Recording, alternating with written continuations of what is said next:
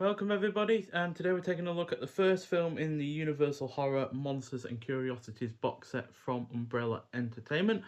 So unfortunately I don't have any artwork to actually show you here, but it is 1923's The Hunchback of Notre Dame, which is directed by Wallace Worsley, who's a well-known silent cinema director, although unfortunately because I'm relatively new to this kind of form of filmmaking, I haven't seen anything from him before, although I am slowly getting through certain films in that format.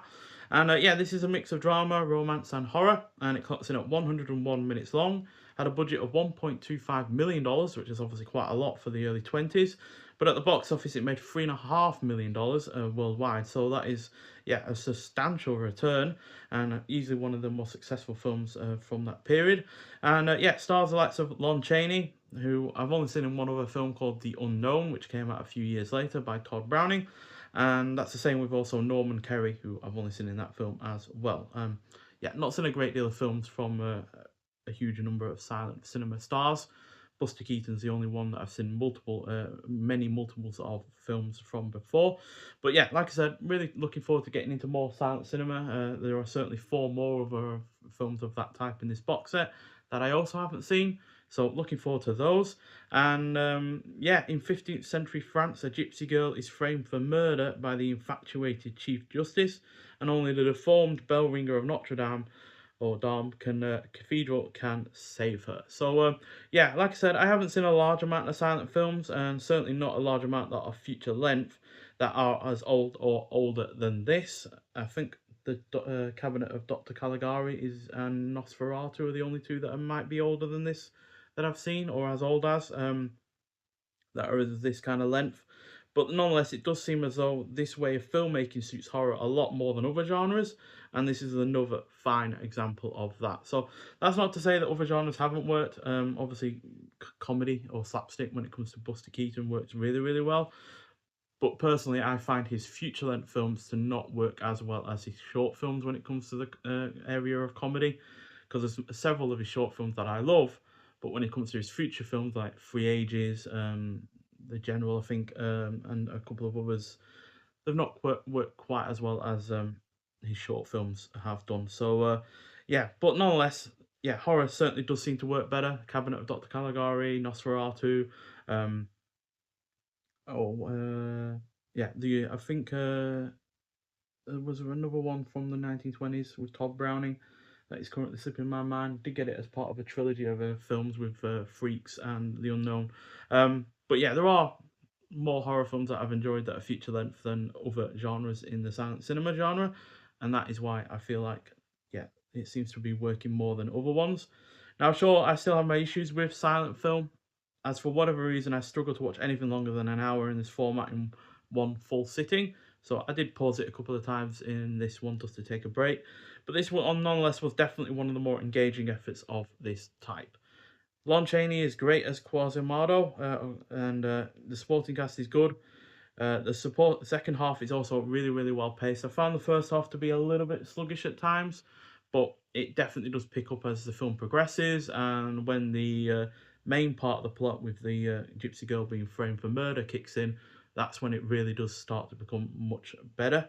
The production is overall solid, not just for a film of the time, but also in film in general. As yeah, some of the sets are really rather impressive. There's a great deal of extras here as well. In fact, there were apparently so many extras that the director had to ditch his megaphone and had to use a sound speaker or something over with you know walkie talkie or whatever you call it or something like that. I believe because there were just a sheer number of extras, and that is really really shown on the screen. There's obviously like a there's a party of fools or something like that in this like, massive square, and then there's a huge amount of extras towards the end when there's a great big action scene that goes on. The final act is entertaining, and it mixes up the drama and romance with the horror in an effective manner as well. So, yeah, overall, a really, really good film. 4 out of 5. Definitely goes up there with likes of The Cabinet of Dr. Caligari and other silent films that I've seen. Although I would say a few of the short films from Buster Keaton in terms of silent cinema have I've enjoyed a little bit more, but that could just well be because of short films at the end of the day. They're easier to digest in this format. So yeah, this is overall, like I said, a good film and a solid start to this box set overall. And it's the first film in the Silent Screamers Part 1. And it shares the same disc with the Phantom of the Opera, which we'll be looking at as well in the next, when we eventually get around to that. That also stars Lon Chaney, and it's from 1925. Now, there is a misprint in this. It says that this film is from 1922, but it is 1923. But nonetheless, it is in the 133 to 1 aspect ratio, and it's in black and white, of course. It has 2.0 DTS HD MA audio. It's in 1080p, and yeah, there are no subtitles because obviously you have the intertitles in English themselves already.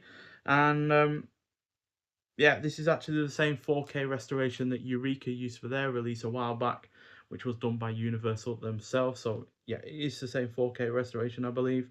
But unfortunately, for whatever reason, like I said in my unboxing video, this disc at the very least has no extras on it. Now, whether or not that changes for the subsequent 18 discs in this box set, we'll have to see. But yeah, it's a little bit of a shame that there aren't any extras, because there certainly were for that Eureka release that came out a while back with audio commentaries and the like. So yeah, it could very well just be a packaging issue, because at the end of the day, when you've got 45 films and you start putting on, say, 2 or 3 extras a piece, you might well struggle to find the space in when it comes to the way that this has been done. So yeah, if you're going to put extras in, you might well find that there's not going to be any room below the films, especially when you come to the Phantom of the Opera there, where yeah, there's very little space at all. So yeah, I could see why a packaging issue might be the reason for the lack of extras, but yeah, at the end of the day, it is just a little bit of a shame that is the case. Because I'm sure these films have had extras in the past when they've been released. I believe all 5 of the silent films in this box set have had a Eureka release, although when it comes to the final one of those, The Last Warning, that is currently out of stock on Eureka's website. So you might well have to go to second-hand dealers for that, and might well have to spend more. But all the other 4 are still available at £15 a pop. So if you are only into your silent films or want a specific film from this collection, then I would recommend just, obviously then buying just that film on its own. But overall, yeah, a solid start to this box set with The Hunchback of Notre Dame. And yeah, looking forward to seeing what the other 4 silent films have in store. Especially when it comes to the Man Who Laughs, and the next one, The Phantom of the Opera, which he is shown here. Because Lon Chaney was well known as a man with a thousand faces. So yeah, obviously I've seen a great deal more from his son Lon Chaney Jr. But still looking forward to seeing at least another one starring his father. But nonetheless, thank you for watching. If you have seen this film before, I'd like to hear your thoughts on it, and I'll see you in the next one. Bye.